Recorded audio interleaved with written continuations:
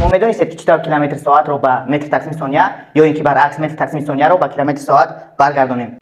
برای مثال ما قیمت 72 کیلومتر تقسیم ساعت رو باید به متر تقسیم ثانیه برگردونیم. برای این باید ما دونیم که 1 کیلومتر به چند متر برابر است. 1 کیلومتر برابر است به 1000 متر. 1 ساعت باشد برابر است به 3600 ثانیه.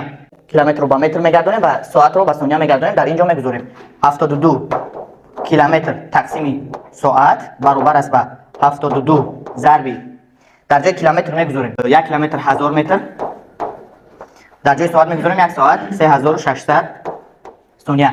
چطوره که میبینید در اینجا ما متر تقسیم ثانیه حاصل کردیم، اما این طرف کسرها رو باید ما ضرب کنیم و حاصل نماییم. در اینجا 2 تا 0 با 2 تا 0 اختصار میشوند. 72 ضرب 10 تقسیم 36 در اینجا اختصار میشوند 2 ضرب 10 20 متر تقسیم ثانیه.